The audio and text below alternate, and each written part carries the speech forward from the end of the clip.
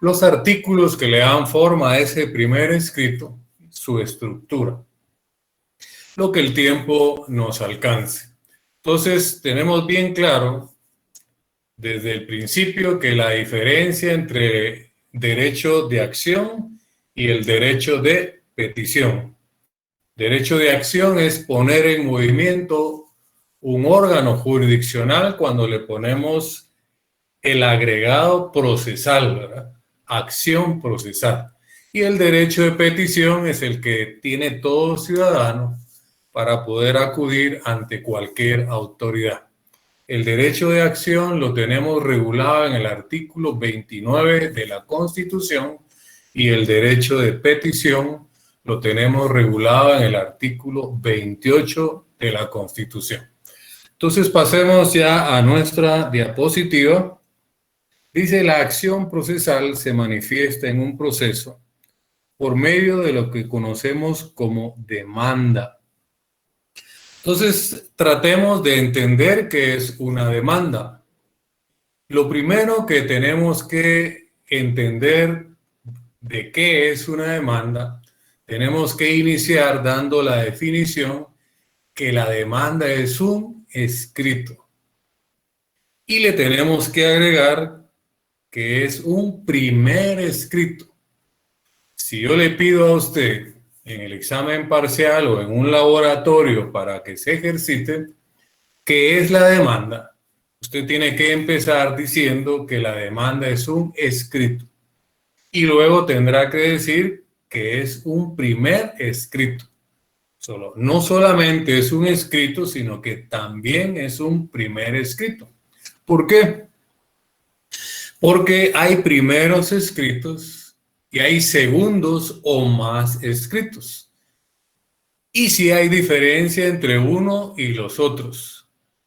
Los primeros escritos deben de llenar ciertos requisitos que no los deben de llenar los segundos escritos o demás escritos.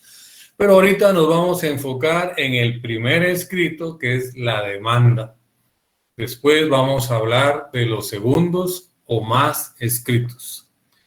Entonces, siguiendo con nuestras diapositivas, ahí lo refrendamos donde decimos que la demanda es un escrito y luego está y es un primer escrito. Entonces, me gustaría que ustedes tomaran su Código Procesal Civil y Mercantil para que fueran anotando estos artículos que están en la diapositiva, que sería el 50, el 61, el 63, el 79, el 106, el 107 y 108, más una estructura. O sea que un primer escrito le da forma todo este articulado del Código Procesal Civil y Mercantil. Repito, 50, 61, 63, 79, 106, 107 y 108 del Código Procesal Civil y Mercantil, Decreto Ley 107. Entonces, vamos a avanzar y después vamos a retroceder, solo para que ustedes ya tengan cuál es la estructura de una demanda o de un primer escrito. La estructura es una introducción, una relación de hechos, hay un apartado de prueba, fundamento de derecho, peticiones y un cierre. Repito, la estructura de un primer escrito. No olviden que la demanda es un escrito, es un primer escrito.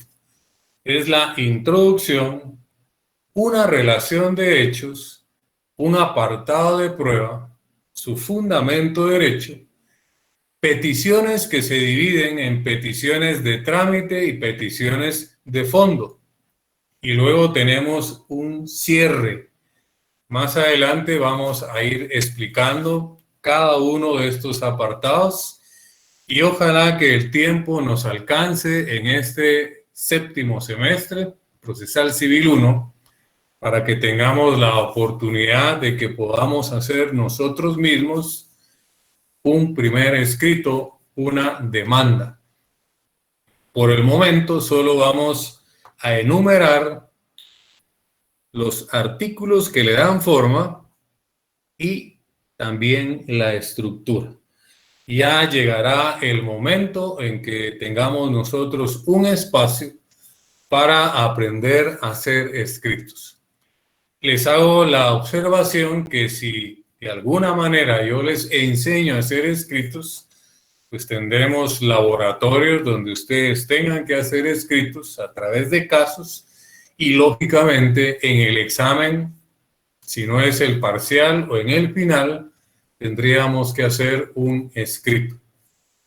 Normalmente yo no pido que se haga completo, pido que se haga la introducción, en una variante que sean los hechos, en otra que sea el apartado de prueba, quizá en otro el fundamento derecho, las peticiones y el cierre. O podría ser que haga la introducción y los hechos, o haga la introducción y el apartado de prueba, haga la introducción y el fundamento derecho, etcétera, etcétera. Pero enfoquémonos en este artículo. Le voy a pedir de favor a Stephanie Johanna Álvarez. ¿Está conectada? Stephanie Johanna Sí, Álvarez. licenciado. Muy buena tarde, compañita. Si fuera tan amable de darle lectura al artículo 50 de su Código Procesal Civil, despacito, ¿verdad? Por favor. Con gusto, licenciado. Ahorita se lo leo. Artículo 50. Asistencia técnica. Las partes deberán comparecer auxiliadas por abogado colegiado. No será necesario el auxilio de abogado en los asuntos de ínfima cuantía y cuando en la población donde tenga su asiento el tribunal estén radicados menos de 4 abogados hábiles. Los escritos que no lleven la firma y el sello del abogado director, así como los timbres forenses, serán rechazados de plano. Muy amable, compañita. Gracias. Para Entonces, ¿de qué nos habla el artículo 50 del Código Procesal Civil? Nos habla de muchos aspectos. Primero, de la asistencia técnica. Esa asistencia técnica quiere decir que todo escrito que se presente ante tribunales, demandas, querellas, etcétera, etcétera, debe de llevar la firma y sello de un abogado colegiado activo. Les hago la reflexión de esto último, colegiado activo. Aunque usted no lo crea, hay abogados que no son diligentes y no están al día en el pago de su cuota de su colegiación en el Colegio de Abogados y Notarios. Aunque usted no lo crea, por ese pequeño detalle se podría perder o alguien podría ganar un juicio. Les voy a poner un ejemplo. En una oportunidad, como abogado litigante, llevábamos un proceso en mi oficina y llevábamos todas las de perder, no por una mala asesoría, sino porque realmente nuestro cliente no tenía la razón. Lógicamente, pues a nosotros eso no nos interesa. Toda persona se merece la mejor defensa que pueda tener. Y ahí es donde se involucra la habilidad, la astucia de un buen abogado. Fíjense que un proceso es algo parecido también a un partido de fútbol. Muchas veces no gana el mejor o el que tenga la razón. Gana el que mete más goles. Y eso sucede a veces en un proceso. Para que me entiendan mejor, ya estaba para dictarse sentencia en este proceso, donde lo que se discutía era una cantidad muy fuerte de dinero. y realmente nuestro cliente no tenía la razón, pero nosotros estábamos tratando de hacerle la mejor defensa. En eso a mí se me ocurre, porque yo siempre he dicho que el abogado es una pizca de sal y un poco de ingenio. El abogado que realmente tiene éxito es el abogado que es pilas. Por eso es que yo en son de broma diría que el que tiene que estudiar derecho, el requisito esencial es que sea chispudo, que sea pilas. Recuerdo que en las páginas amarillas, en los clasificados de los periódicos, habían anuncios que decían se necesita patojo chispudo. Pues igual debería de ser para entrar a la universidad, a la facultad de Derecho. Se necesitan patojas o patojos chispudos para que estudien para abogados. Entonces les comento, ya se estaba para dictar sentencia, ya había pasado la vista en el juicio, y a mí se me ocurre solicitar al Colegio de Abogados una certificación donde se hiciera constar que el abogado de la otra parte estaba activo. ¿Y qué van a creer? Cuando voy a recoger la certificación, resulta, ya eso estábamos nosotros por octubre más o menos, ya para finalizar el año, y el abogado de la otra parte, de los que tenían supuestamente la razón, no estaba activo. Entonces, ¿qué sucedió? Que todo donde este abogado firmó y no estando activo, prácticamente no tenía validez. Inmediatamente presenté yo lo que correspondía ante el juez, le adjunté la certificación del Colegio de Abogados, donde decía que tenía más de un año de estar inactivo. ¿Y qué cree? Pues un juicio que posiblemente llevábamos las de perder, con un chispazo, con un pequeño detalle, le dimos un buen resultado a nuestro cliente, aún no teniendo la razón. Entonces, des en cuenta la importancia que tiene leer los artículos. Si volvemos a leer el artículo, dice las partes deberán comparecer auxiliados por abogado colegiado. Dice.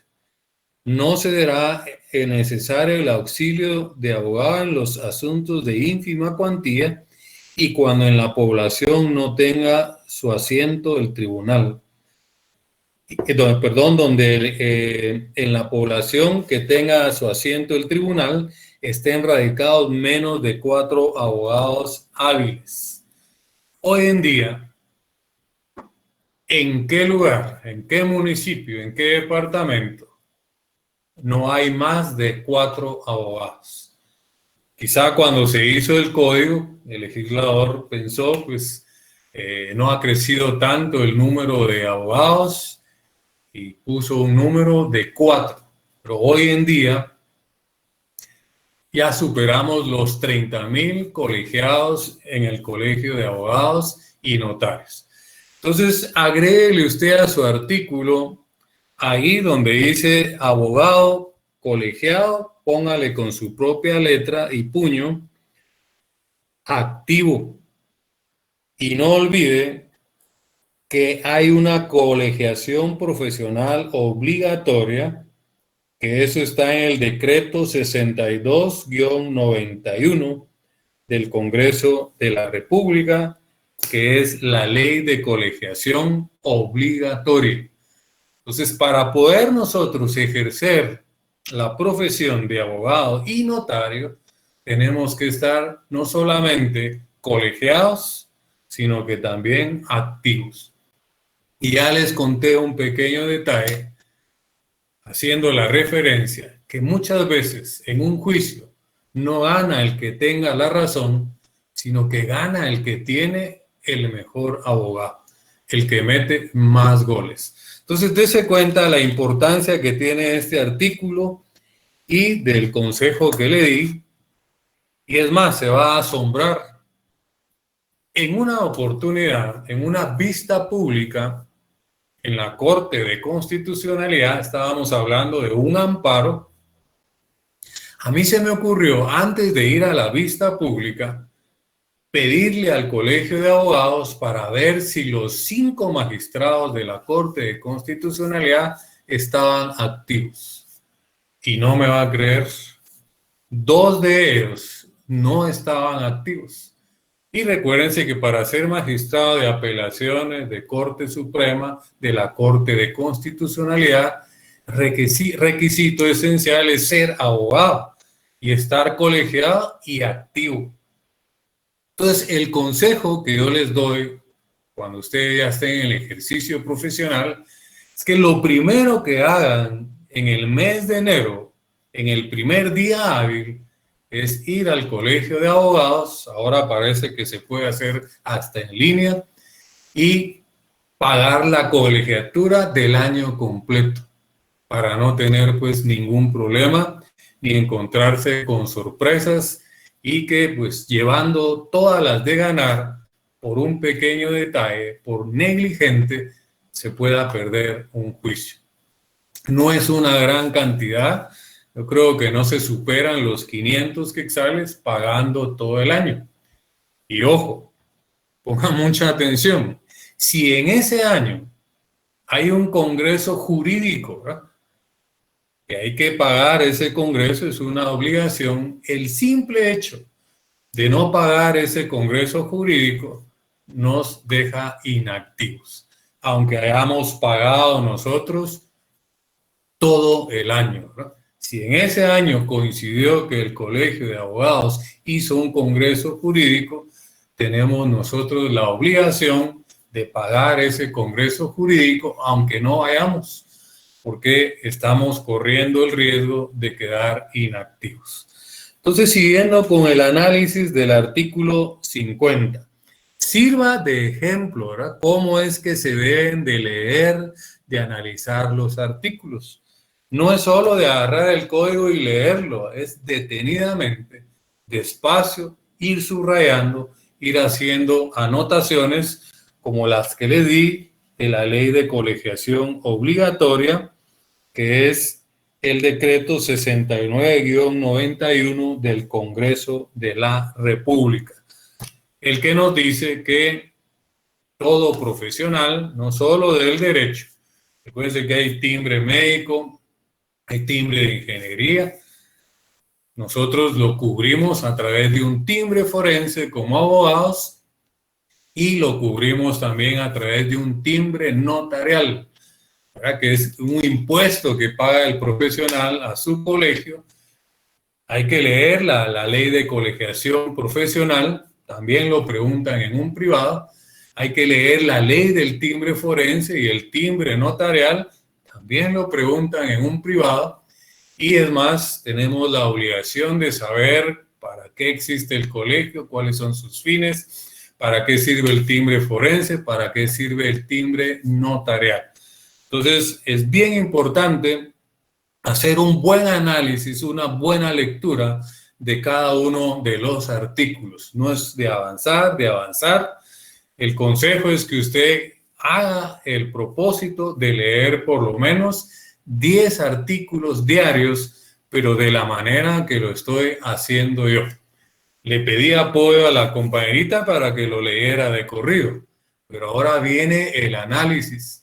Y cuando yo en su laboratorio le pido, lea el artículo tal, ¿verdad?, ¿sí?, y luego analice, es lo que estoy haciendo yo.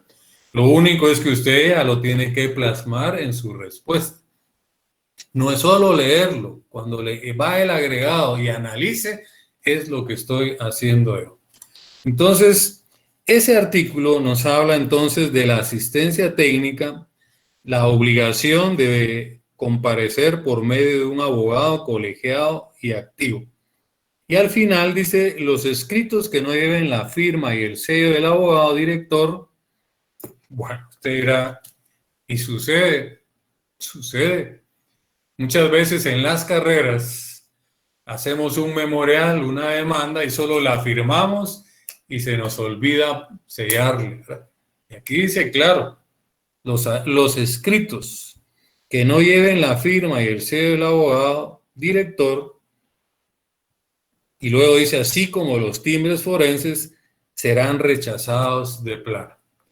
Quiero hacerle la observación, y también es pregunta de examen privado, que en relación a los timbres forenses hay una sentencia de la Corte de Constitucionalidad, anote, donde declaró inconstitucional el tema de los timbres forenses.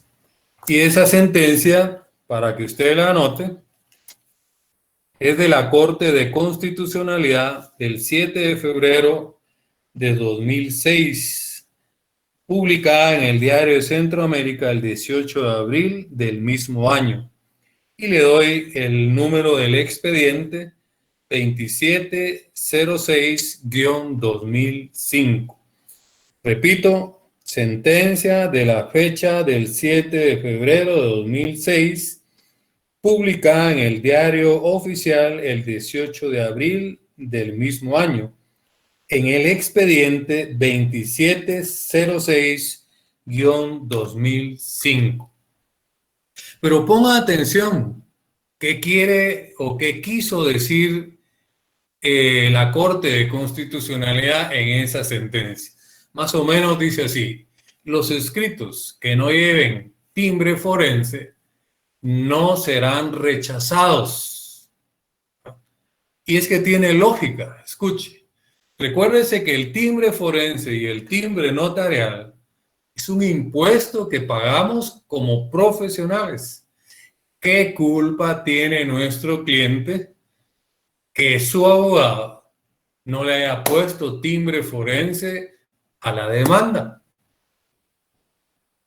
Imagínense, entonces la lógica hizo que esa sentencia tuviese sentido y decidieran declarar esa parte del artículo, solo esa parte en relación a los timbres forenses, y la sentencia dice que no serán rechazados los escritos que no lleven timbres forenses. Pero escuche, se les pondrá un previo, la misma mica, como decimos en buen chapín, ¿verdad?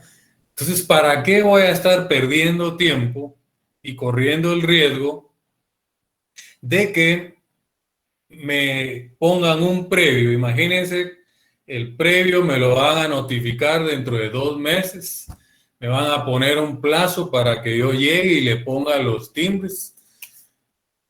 Ya si fueron 2 meses, ya perdí 2 meses en no darle un resultado a mi cliente. Y mi cliente llamando todos los días, mire cómo vamos, cómo vamos.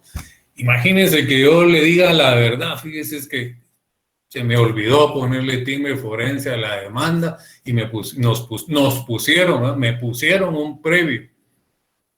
Desde ahí estamos perdiendo credibilidad ya con nuestro cliente. Entonces, aunque exista esa sentencia de la Corte de Constitucionalidad que declaró inconstitucional lo de los timbres forenses, pues es un gallo gallina, ¿verdad? No se rechazarán los escritos que no lleven timbres forenses, se les pondrá un previo. Y usted dirá, bueno, si al final es lo mismo, ya les dije que tiene lógica. ¿Qué culpa tiene mi cliente que a mí se me haya olvidado? Pero imagínense, busquémoslo en un caso práctico. Se presenta la demanda y hay 9 días para contestar esa demanda. Pensemos que hoy venció el plazo de los 9 días y contesto la demanda como abogado y se me olvidaron los timbres. Si no existiera esa sentencia, estoy metiendo en un gran problema a mi cliente porque lo van a declarar rebelde por una omisión mía. Entonces, yendo más allá en la Corte de Constitucionalidad con mucha sabiduría, previendo eso, ¿verdad?, es que declaró inconstitucional también esa parte del artículo en los famosos timbres forenses, donde no se rechazará por la omisión del abogado de no ponerle timbre forense a su escrito. Y ahí está la lógica. Entonces, esa sentencia también lo que busca es interrumpir la prescripción o la caducidad. para que ese plazo donde me rechazaron la demanda por no ponerle timbres afecte a mi cliente. Entonces, ese previo me da chance de que todavía yo pueda ir a subsanar al tribunal y ponerle los timbres forenses, ya sea a mi demanda o al escrito que presenté. Pregunto, ¿se entendió primero de que todo escrito debe de llevar firma y sello de abogado? ¿Sucede? Sucede. Imagínense, se le olvidó poner el sello. Hay casos extremos que al abogado se le olvidó firmar. Imagínense, sucede. Entonces, todo escrito que se presente ante tribunales, no olvide que la demanda es un escrito, debe llevar la firma y sello de abogado, colegiado y activo. Ya explicamos los riesgos que se corren con esas omisiones, hasta perder un juicio. Y que todo escrito, ¿verdad?, aún existiendo esa sentencia de la CC, para no atrasarme, no quedarle mal a mi cliente, debe de llevar, anote, en cada hoja original un timbre forense del valor de un quetzal. No hay timbres forenses de otro valor. Todos los timbres forenses son de un quetzal. Y en cada hoja original del escrito que voy a presentar a tribunales, debe de llevar un timbre forense del valor de un quetzal. Y tiene que ir inhabilitado.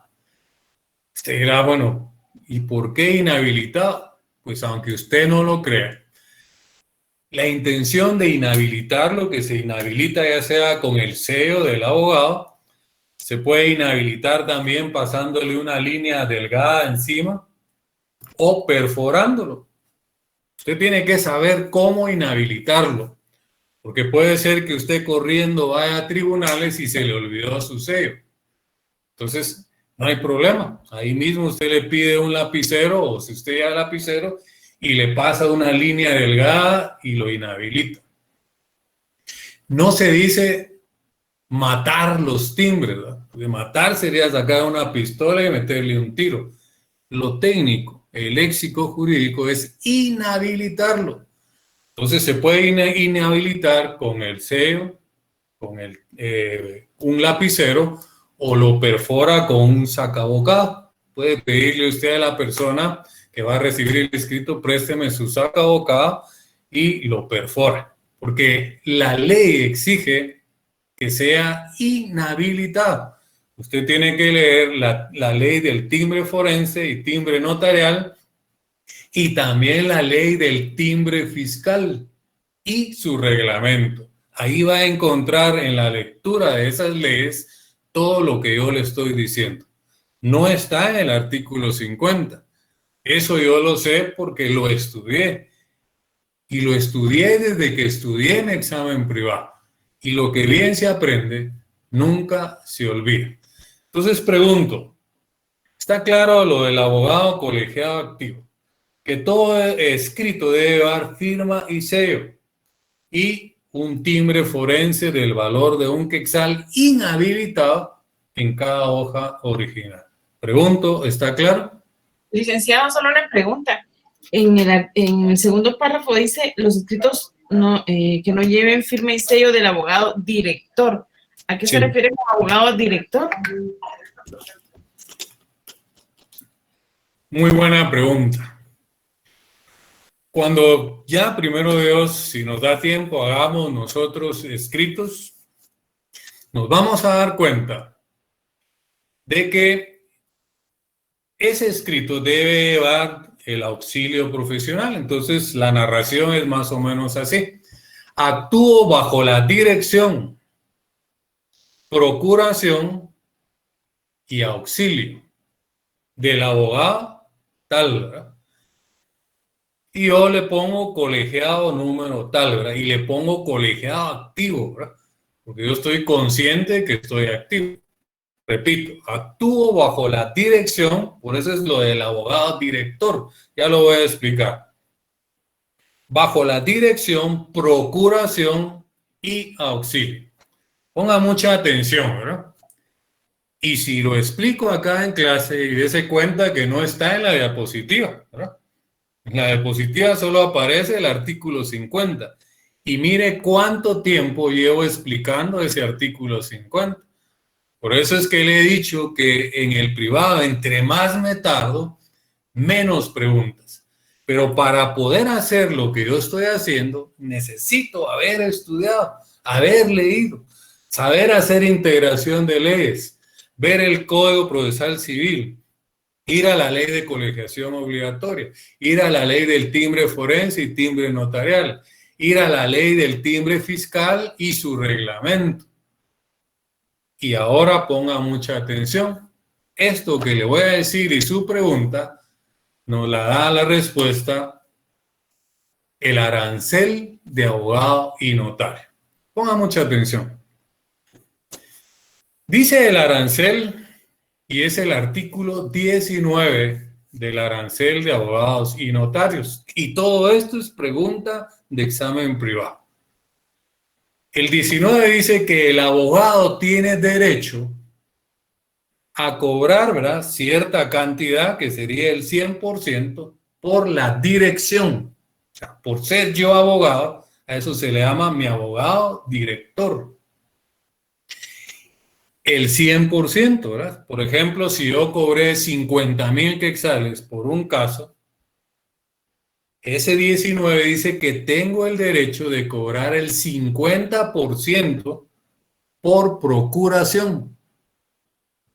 Entonces, imagínense, 50,000 por la dirección y el 19 del arancel de abogado y notario me dice que puedo cobrar 25,000, ¿verdad? En este caso, por la procuración. Hago un paréntesis. ¿Qué es lo que hacemos la mayoría de abogados? Contratamos un estudiante de Derecho para que procure nuestros casos y no sé, pues, le pagamos 2,000, 3,000, 5,000, no sé, mensuales. Mientras, ¿verdad?, quien verdaderamente cobra por esa procuración es el abogado según el arancel. Entonces, ahí está la lógica y el sentido de por qué en mi memorial, ponga atención, debo de poner que actúo bajo la dirección. Ahí están mis 50,000 quetzales. Procuración. Ahí están mis 25,000 quetzales. Y auxilio. El auxilio es cumpliendo con la asistencia técnica que nos habla el artículo 50. Cuando nosotros hacemos un proyecto de liquidación de costas, ponga atención, y se lo presentamos al juez porque condenaron a la otra parte a costas procesales, y en ese proyecto, cuando lo revise el juez y revisa los memoriales y nosotros no pusimos procuración, no nos van a pagar ese rubro. Entonces, démosle gracias a la compañerita por haber hecho esta pregunta, porque de aquí en adelante yo estoy seguro que ese artículo 19 del arancel de abogados y notarios, usted lo va a amar, ¿verdad? Porque tiene un 100% de honorarios por la dirección y un 50% de esos honorarios por la procuración. Entonces, en un escrito, aterrizando, usted tiene que poner actúo bajo la dirección, 100% de los honorarios, procuración, el 50%, y auxilio, cumpliendo con el artículo 50 del Código Procesal Civil y Mercantil. ¿Me entendió, compañerita? ¿Y me entendieron, compañeros? Licenciado, una consulta. Perdón. Lo dejo en un paréntesis. Compañerita, ¿me entendió? Sí, licenciado, muchas gracias. Excelente. ¿Entendió la importancia que tiene que en un escrito vaya dirección, procuración y auxilio? Sí, porque sin eso no podríamos cobrar los honorarios o nos podrían demandar porque no estaba ahí, ¿o no? No, demandar no. Lo peor que nos puede pasar es que nos rechacen un escrito por omisión de requisitos, ¿verdad? Lo lamentable sería pues dejar de ganar yo 25,000 quetzales por una omisión de esa naturaleza. Entonces, lo que yo quiero es que usted entienda o ustedes entiendan la importancia que tiene el leer despacito, muy despacito, analizar e integrar con otras leyes, ¿verdad? Que complementan en base al principio hermenéutico, en base a su conjunto, armonía, sintonía, etcétera, etcétera. Entonces, para responderle a la compañerita, ahora paso a la consulta del compañero. Sí, solo era una pequeña consulta. La ley de aranceles es el decreto número 111-96. Así es. Ese es el decreto, ¿verdad? Recuérdense que todas las leyes tienen nombre en letras y en número, ¿verdad? Entonces, imagínense que le digan, saque su decreto 116-96, no lo traje, ¿verdad? Y está aquí en el Código Procesal Civil y también parece que algunos códigos de notariado lo tienen, ¿verdad? Entonces, la importancia de aprenderse el nombre en letras y el número de decreto o de acuerdo de la ley, ¿verdad? Porque si no, eso puede ser fatal en un examen privado. ¿Estamos de acuerdo? Solo es que no era que nos demandaran, sino que no tenemos nosotros como abogados derecho a demandar al cliente que no nos quiera pagar si no pusimos esa parte. Esa era... También, porque muchas veces ese es otro aporte importante. Muchas veces tenemos que demandar a nuestro cliente porque no nos quiso pagar nuestros honorarios. Entonces tenemos que plantearle al juez también un proyecto de liquidación. Y en ese proyecto de liquidación tenemos que justificar la dirección, la procuración y auxilio. Y ese proyecto, ¿verdad?, viene, agarra el expediente del juez y ve rubro por rubro y lo va calificando. El que no lo justifique, el memorial, lo anula o no lo toma en cuenta, ¿verdad? Si, por ejemplo, la liquidación son 100,000 quetzales, y resulta que me anularon un montón de aspectos por omisiones, tal vez me van a ir pagando 10,000 quetzales, ¿verdad? Entonces, dése cuenta la importancia que tiene hacer análisis de la ley, de los artículos. Eso es lo que nos va a hacer exitosos. El ser acucioso, el ser dedicado, por el momento para ganar un examen, para ganar el privado. Pero yo les digo que no los preparo a ustedes para un parcial, un final, ni para el privado, sino para la vida. Y les aseguro que es raro el catedrático que entra a hablarle de estos aspectos como yo lo estoy haciendo con ustedes. Lamentablemente, no alcanza el tiempo como para que nos pusiéramos a analizar artículo por artículo. Pero yo uso de ejemplo o me pongo de ejemplo cómo se analiza y usted aplíquelo cuando esté estudiando, cuando esté leyendo sus códigos y analice, integre, subraye, etcétera, etcétera. ¿Estamos? ¿Estamos, compañeros? Sí, licenciado, gracias. Sí, estamos. Buenas tardes, licenciado. Una consulta. Dígame. Usted hablaba que la ley de colegiación profesional obligatoria era el decreto 69-91. Sí, y del Congreso. Fíjese que yo estaba buscando acá en internet, pero no sé por qué es que me parece que es el decreto 72-2001. Tuvo, me imagino, alguna reforma, ¿verdad? Yo lo estoy leyendo de anotaciones que tengo aquí en mi código, pero de seguro tuvo alguna reforma, ¿verdad? A eso Muchas se gracias. Lo importante es de que pues ustedes estén actualizados, que sean acuciosos, la felicito. No quedarse con las pildoritas que nos dan nuestros catedráticos, sino ir más allá. Ya les expliqué que la diferencia entre ordinario y extraordinario es una palabra, es la palabra extra. El que hace extra, como lo hizo usted ahorita, que buscó, es extraordinario. Entonces, no se queden solo con las pildoritas que nosotros les venimos a dar en clase. No da tiempo, 1 hora, para entrar a profundizar un montón de aspectos. Todo eso lo vamos a ir descubriendo cuando usted sea más acucioso, cuando haga extra y anotando ahí en su artículo, diciendo este fue reformado, esto es lo que está actualizado, etcétera, etcétera. Porque sería fatal que nos fundamentáramos en una ley que ya no está vigente, ¿verdad? Entonces, 100 puntos, compañerita. La verdad que todas las intervenciones suman, son importantes y nos ayudan a comprender mejor las cosas y la intención que yo tengo cuando también no solo les comparto los conocimientos, sino también el no tener egoísmo y darles estos tips que les van a servir para el ejercicio profesional. Entonces no nos podemos entretener solo con un artículo y avanzar lentamente. Tenemos que consumir las instituciones para que tengamos contenido.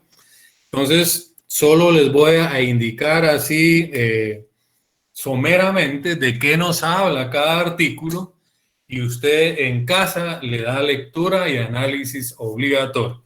Entonces ya vimos que el 50, como se hizo el análisis, nos habla de la asistencia técnica, nos habla de colegiado, abogado colegiado activo, también nos habla del timbre y forense. Sabemos ya que hay una inconstitucionalidad, pero al final, como decimos en buen chapín, es la misma mica, ¿verdad? De todas maneras, le vamos a tener que poner timbre forense a nuestro escrito y debe de inhabilitarse.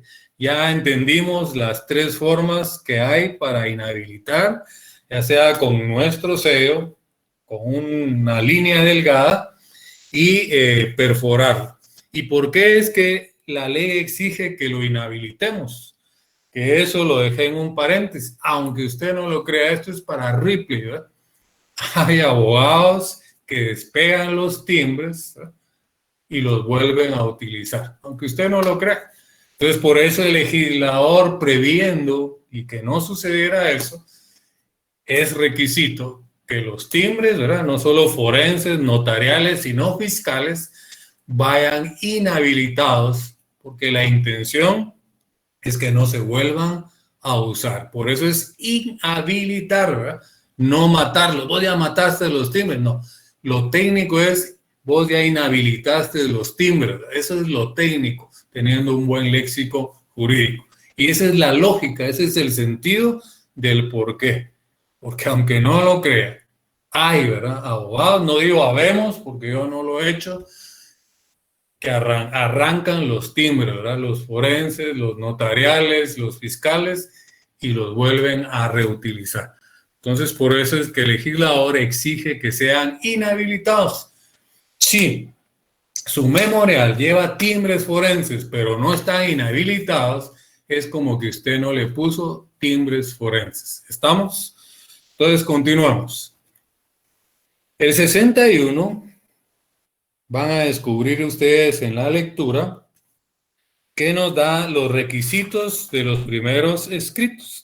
Y el epígrafe dice escrito inicial. Ahí nos dice la primera solicitud que se presente a tribunales de justicia contendrá lo siguiente, ¿verdad? Designación de juez, nombres de apellido, relación de hechos, fundamento de derecho, nombres de apellido y residencia de las personas que se reclama un derecho, la petición, etcétera, etcétera. Todo eso usted lo va a descubrir con la lectura y análisis. Y no dude que en el examen parcial o en un laboratorio, una pregunta va a ser, ¿verdad?, ¿cuáles son los artículos, ¿verdad?, que le dan forma a una demanda, a un primer escrito? Y analícelos, ¿verdad? Entonces usted me tendrá que explicar detenidamente en su respuesta de qué nos habla el 50, de qué nos habla el 61. El 63 nos habla de las copias, que todo escrito que debemos de presentar a tribunales debe de acompañarse tantas copias como partes contrarias existan en un proceso. El artículo 79 nos habla de un lugar para recibir notificaciones.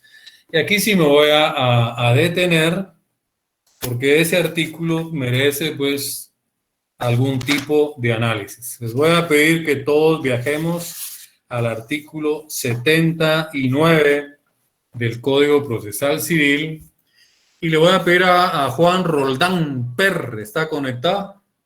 Juan Roldán Per. Juan Roldán Per, ¿está conectado? Bueno, así es como descubrimos que muchos solo para... Sí, licenciado.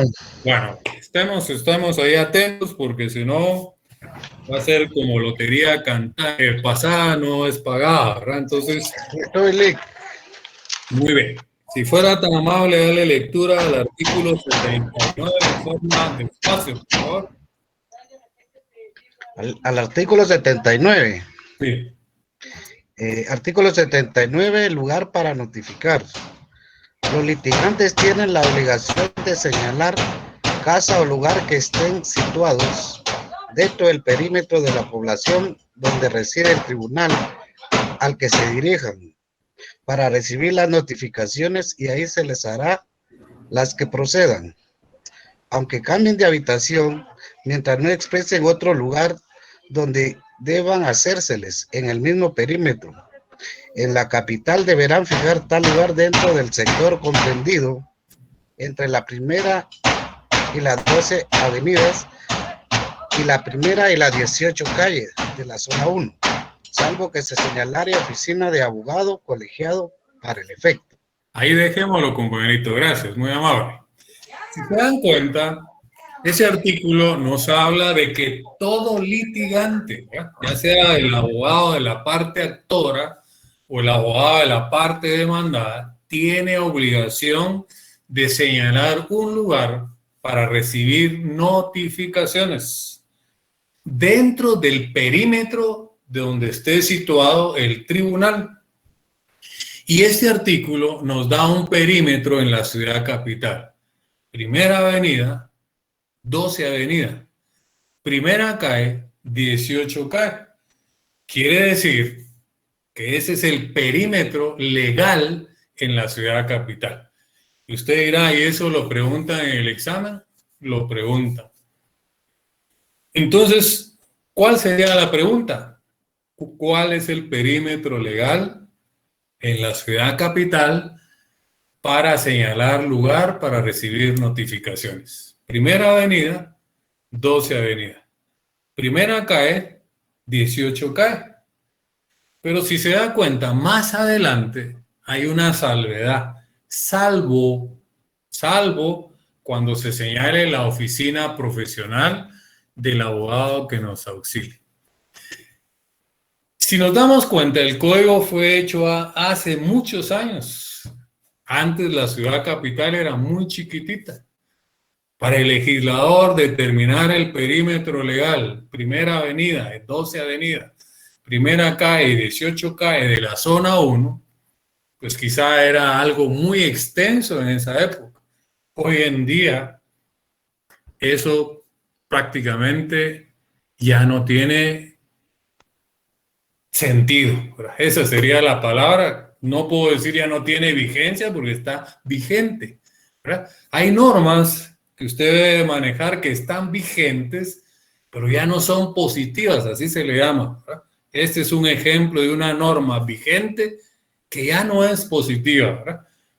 De todas maneras, el legislador fue sabio porque dejó una salvedad. Salvo que se señale oficina profesional del abogado que me auxilie.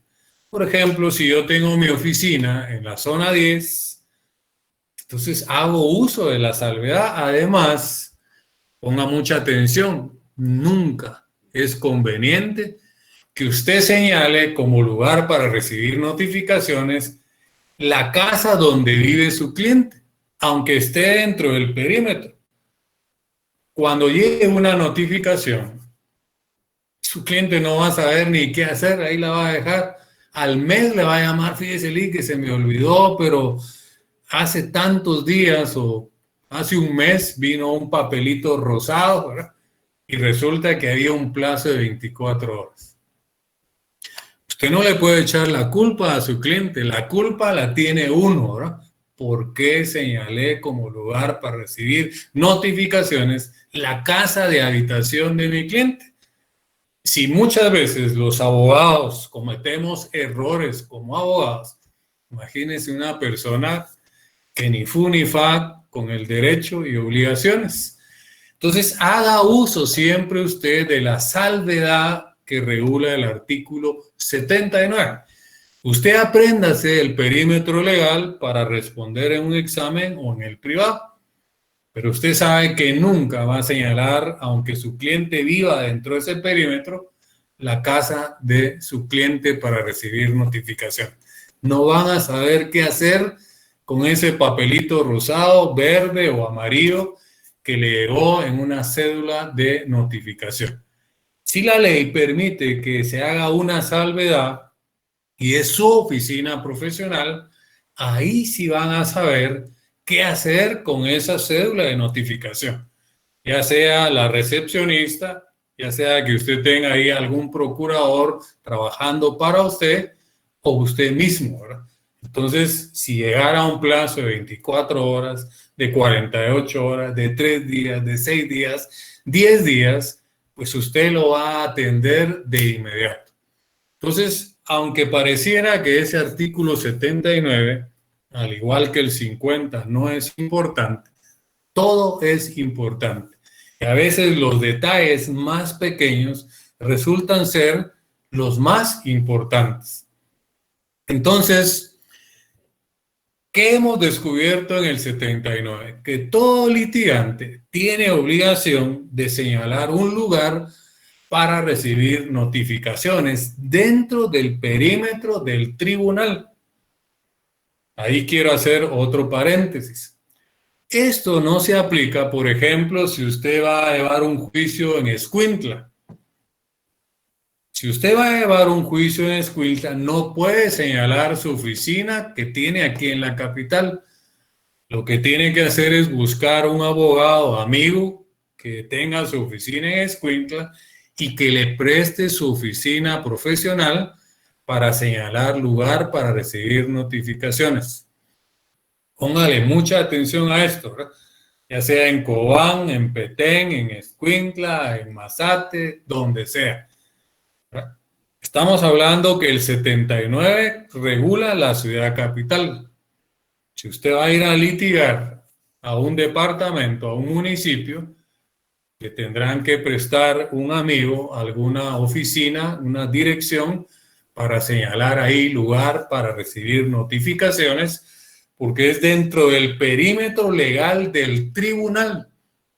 El 79 dice, en la ciudad capital, el perímetro legal es en la ciudad capital.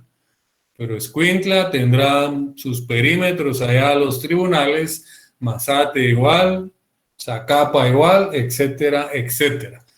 Entonces, también ahí puede hacer la salvedad del uso de esa salvedad de señalar el lugar para recibir notificaciones, la oficina profesional de algún abogado amigo. Nunca señale la casa de habitación de su cliente. Entonces, vea la importancia y ya descubrimos que en la ciudad capital es Primera Avenida, 12 Avenida. Primera calle, 18 calle de la zona 1. Es una norma vigente, pero ya no es positiva. Pero está la salvedad de señalar su oficina para recibir notificaciones. Luego al artículo, que es donde interrumpí al compañero, dice, no se dará curso a las primeras solicitudes donde no se fije, estamos ya en el segundo párrafo, donde no se fije por el interesado lugar para recibir notificaciones de conformidad con lo anteriormente estipulado. Sin embargo, el demandado y las otras personas a las que la resolución se refiera serán notificados la primera vez en el lugar que se indique por el solicitante. Al que no cumpla con señalar, eso subrayenlo, en la forma prevista, lugar para recibir notificaciones, se le seguirán haciendo por los estrados del tribunal. Ahí hay otra pregunta de privado. ¿Qué son los estrados del tribunal? Aunque usted no lo crea, hay estudiantes de derecho y obligaciones para abogado y notario que no conocen ni tribunales.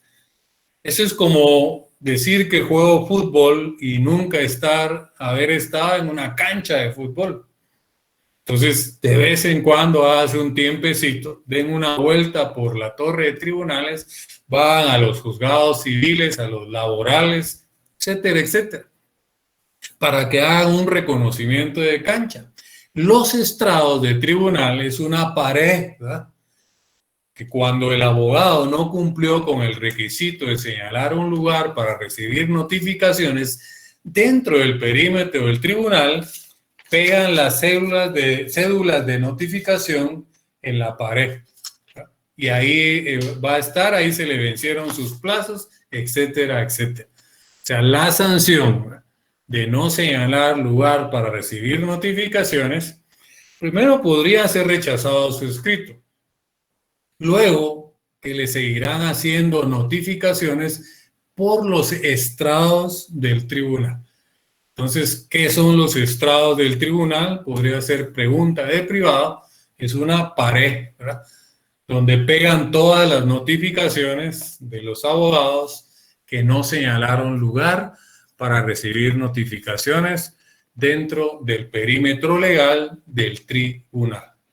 Entonces, vean que no es solamente el leer superficialmente los artículos, y por eso es que me detuve en el 79, porque considero que ahí hay muchos aspectos importantes que les van a servir para el ejercicio profesional y además posibles preguntas de un parcial, de un final, de un privado.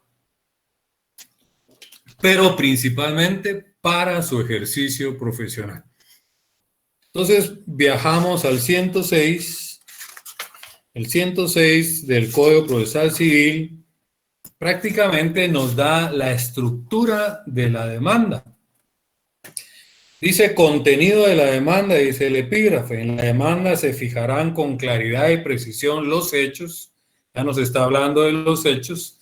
Prácticamente el 61 lo que nos dan son los requisitos de la introducción. El 106 nos habla de los hechos en que se funde, las pruebas, nos habla del apartado de prueba, los fundamentos de derecho, nos habla del fundamento de derecho y la petición. Quiere decir que en el 106 encontramos los hechos, el apartado de prueba, el fundamento de derecho y la petición. La introducción, casi todos los requisitos de la introducción están en el artículo 61. Entonces no olvide, 50, asistencia técnica, timbre forense.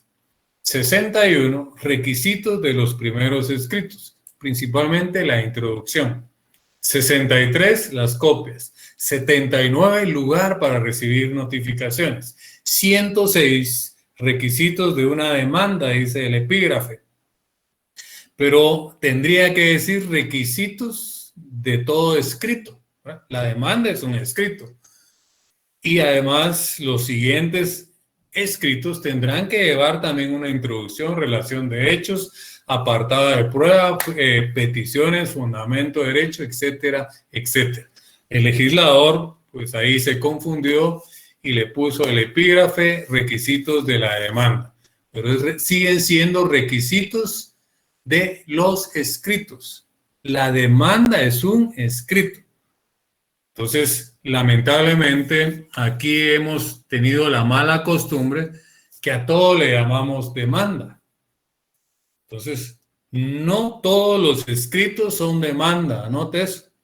No todos los escritos son demanda. La demanda sí es un escrito. Por ejemplo, en un juicio de ejecución, no le podemos llamar a ese primer escrito demanda, porque ahí ya hubo un juicio, ahí es un juicio de ejecución. Aquí sería un primer escrito de ejecución. Demanda solo en los juicios ordinarios orales, sumarios y arbitraje en los juicios de conocimiento. Por eso es que no todos los escritos son demandas, ¿eh? Recuerden que hay apelaciones, hay amparos, etcétera, etcétera, y son escritos. La demanda sí es un escrito. Entonces, el 106 nos habla de los hechos, de la prueba, el fundamento de derecho y la petición. Y luego nos vamos al 107. Y el 107 nos habla de la prueba documental. Y el artículo nos dice que cuando ofrecemos nosotros prueba documental, debemos de acompañar todos los documentos que ofrecimos, los debemos de acompañar en nuestro primer escrito, en el escrito de demanda. Y el 108, que complementa los artículos que le dan forma a una demanda, dice que cuando no tenemos en nuestro poder los documentos, los ofrecemos, los individualizamos e indicamos en qué institución se encuentra. Por ejemplo, no tengo en este momento una partida de nacimiento, la ofrezco, la individualizo y le digo que está en el RENAP, pero que al obtenerla ofrezco incorporarla al proceso. Entonces el 107 y 108 nos hablan de la prueba documental que se debe de acompañar a mi escrito de demanda. Entonces, nos ha consumido el tiempo. Dejo abierta, ya nos pasamos de la hora, pero si hubiese alguna inquietud, alguna interrogante, pues podríamos aprovechar algunos minutos. Si no, pues ahí dejaríamos la clase. Licenciado, Sí. perdone, disculpe que lo interrumpa.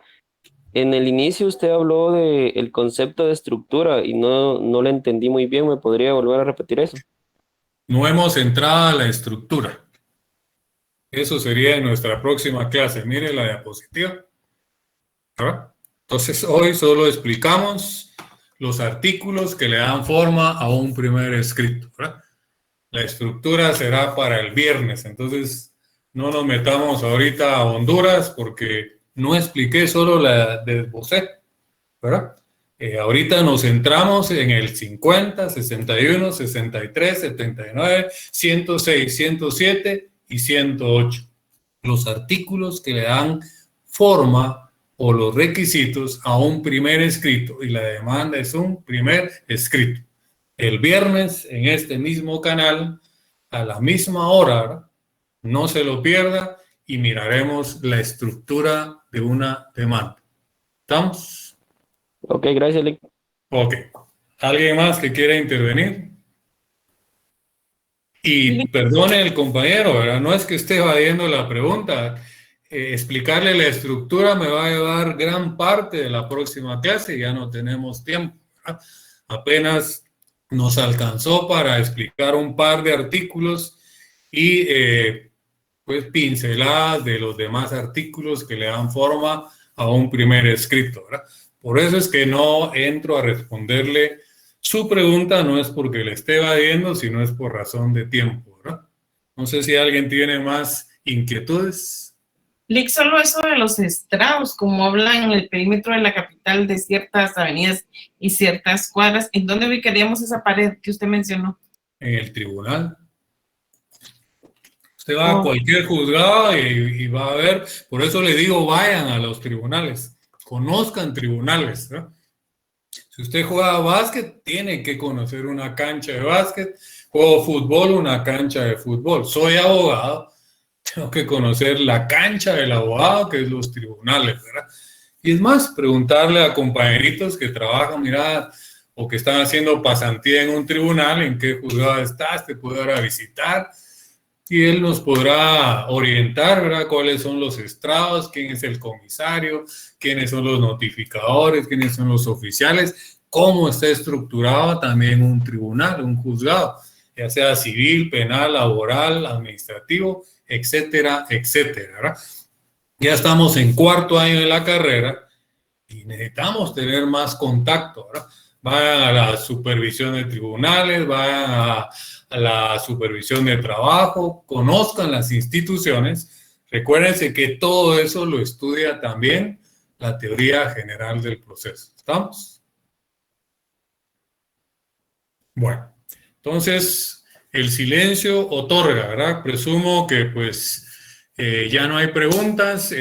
Primero Dios, nos vemos entonces el viernes en nuestra próxima clase. Ya que tengan una feliz noche, ustedes tendrán otra clase. Igual yo tengo pues otra clase con la sección C, con estos mismos temas, porque los llevo de la mano. Entonces que Dios les bendiga, feliz noche, descansen y nos vemos primero Dios el próximo viernes.